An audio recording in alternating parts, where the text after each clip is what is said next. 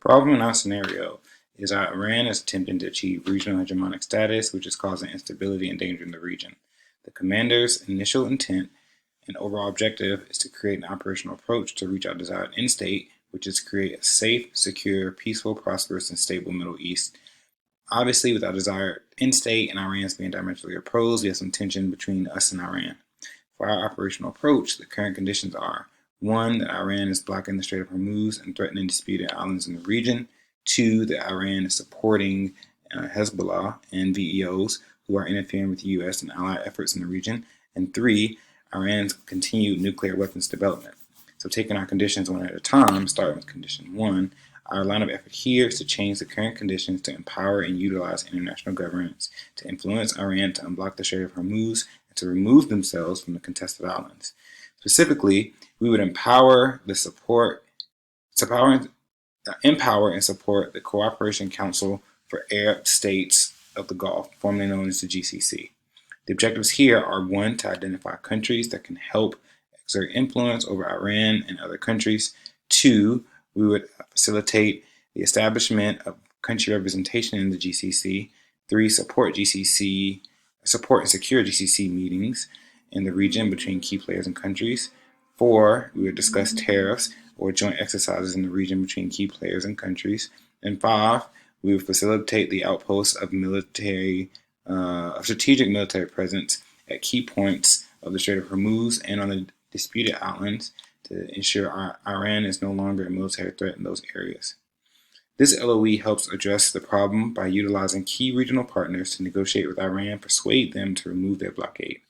A limitation here is not using military force immediately to strong arm Iran into unblocking the Strait of Hormuz, because it would likely or could lead to Iran's allies jumping into the fight, thereby potentially causing the next world war.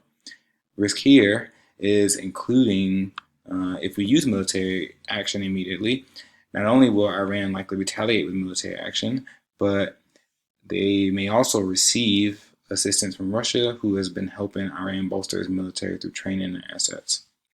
Using this LOE, this should result in our desired condition of removing Iran's blockade from the Strait of Hormuz and opening up the free flow of commerce in the region and around the world, and remove Iran from contested islands. Regarding condition 2, our line of effort here is to develop security operations to monitor and halt acts of terrorism in the region. The objectives are: 1, identifying potential security forces members by appropriate age and mindset towards terrorism or against it. 2, initiating security forces training to create a trained and professional force. 3, strengthening the national security forces by providing resources and additional training. 4 is to isolate the population from the VEOs. And 5, defeating the insurgency and maintaining security forces in the region.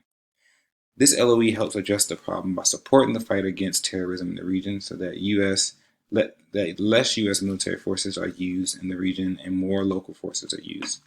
Limitations here include the level of training the security members already have once training begins, as well as whether these members that are selected for security forces training will be influenced by VEOs in the region.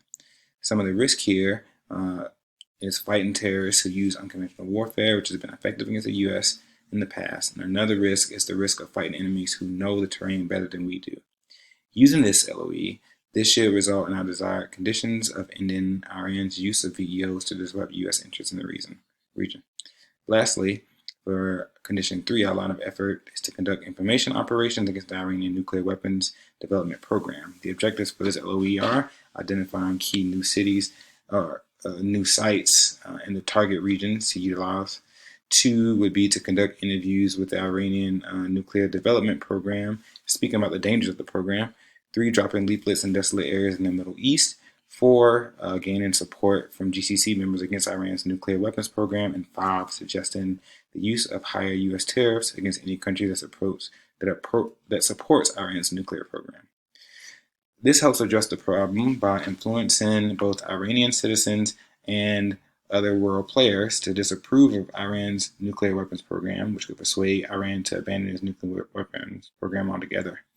Limitations here include U.S. receiving guidance from POTUS stating that they cannot attack nuclear weapons facilities without POTUS approval, And then the risk here is we are actively attempting to halt Iran's nuclear weapons development, and then they may decide to start nuclear warfare on their own or try to mask their weapons program better to continue growth.